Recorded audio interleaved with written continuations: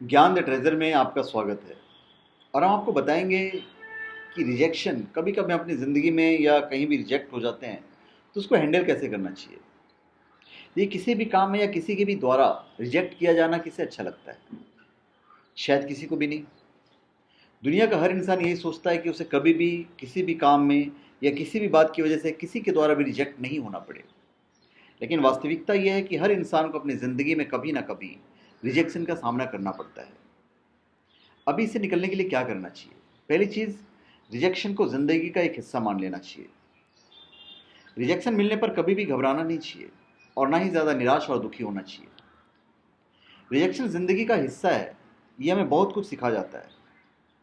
अगर आप रिजेक्ट नहीं होंगे तो आपको बहुत सी चीज़ों का, बहुत सी बातों का पता ही नहीं चलेगा।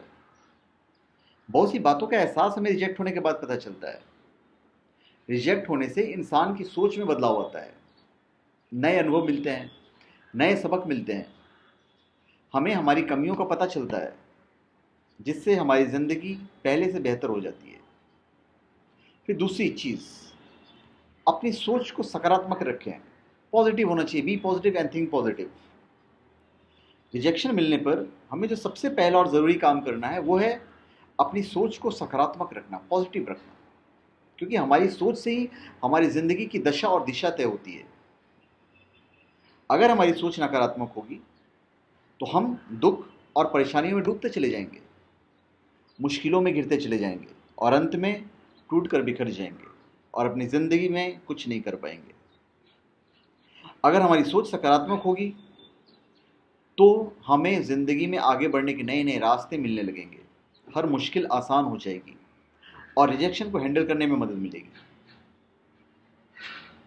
इसलिए रिजेक्ट होने पर निराश और दुखी होने के बजाय अपने आप से कहें कि ये नहीं तो कोई और सही, इस बार नहीं तो अगली बार सही। फिर अपने आप से यह कहकर मेहनत से अगले प्रयास के लिए जुट जाए। फिर देखिए सकारात्मकता का असर, पॉजिटिव होने का असर, फिर देखिए आप। फिर तीसरी चीज़, आत्म विश्लेषण करें। बहुत ज़रूरी है ज़िंदगी में आत्म विश्लेषण करना। अगर आप किसी काम में रिजेक्ट हो जाएं या कोई आपको रिजेक्ट कर दे तो निराश या परेशान होने के बजाय स्वयं का विश्लेषण करें। अपने बारे में सोचें कि आपसे गलती कहाँ हुई है या आपके अंदर ऐसी कौन सी कमियां थी जिनकी वजह से आपको रिजेक्ट होना पड़ा है। अगर आप सच्चाई और ईमानदारी से खुद के बारे में विश्लेषण करेंगे तो आप पाएंगे कि सच में आपके अंदर कमियां थी या सच में कहीं पर आपसे गलती हुई है जिसकी वजह से आपको रिजेक्शन मिला है। बस जब आपको गलती या कमियां मिल जाए तो उन्हें दूर करके फिर से अपने प्रयासों में जुट जाना चाहिए और तब तक जुटे रहना चाहिए जब तक आप सफल ना हो जाए, जब तक आप जीत न जाए। रिजेक्शन को दिल में लगा के नहीं रखना चाहिए कि यार मैं रिजेक्ट हो गया। रिजेक्शन को दिल में लगाना ही नहीं चाहिए। बार बार इसके बारे में नहीं सोचें। बार बार इसके बारे में सोचने से आप पहले से ज़्यादा परेशान होंगे। अपने रिजेक्शन और खुद से थोड़ा सा अलग सोचें। आपसे अलग भी एक दुनिया है। बाहरी दुनिया से संपर्क जोड़ें, नए लोगों से मिलें, नई जगहों पर जाएं, अपने दिमाग को अच्छे और नए कार्यों में लगाएं। देखिए, पांचवी चीज़ ये है कि खुद को, अपने आप को दूसरों की नज़र से मत देखो। आपकी अपनी नज़र है, आप अपने खुद मुआयना कर सकते हैं। दूसरों की नज़र से देखने की ज़रूरत ही नहीं है आपको। कई बार लोग रिजेक्ट होने के बाद खुद को दूसरों की नज़रों में से देखने की कोशिश करते हैं या देखने लगते हैं और ये मानने लगते हैं कि वाकई उनके अंदर कमियां हैं। अगर कोई आपको रिजेक्ट करता है तो इसका मतलब ये नहीं कि आप खुद को उसकी नज़र से देखने लगें। अपने बारे में अपनी राय बदलिए, पॉजिटिव सोचिए। रिजेक्शन को एक अनुभव और एक अवसर की तरह लें और ध्यान रखिए कि अवसर आपके आगे भी मिलेंगे। इसलिए निराश होने के बजाय आने वाले अवसरों के लिए अपनी कमर कस लीजिए। फिर किसी भी चीज़ के लिए ना सुनने के लिए तैयार रहें। आप रिजेक्शन के लिए पहले से तैयार रहो। आप ध्यान रखो कि हर बात या हर प्रस्ताव के दो जवाब होते हैं, हाँ या ना। और ये कभी ज़रूरी नहीं होता कि आपको हमेशा हाँ ही सुनने को मिलेगा। आपको हमेशा नौकरी में, इंटरव्यू में, प्यार का इजहार करने पर या विवाह का प्रस्ताव देने पर या किसी भी काम में हाँ ही सुनने को नहीं मिलेगा। कभी कभी आपको ना भी सुनने को मिल सकता है। फिर आप चाहे उस काम के लिए कितने भी काबिल क्यों ना हो।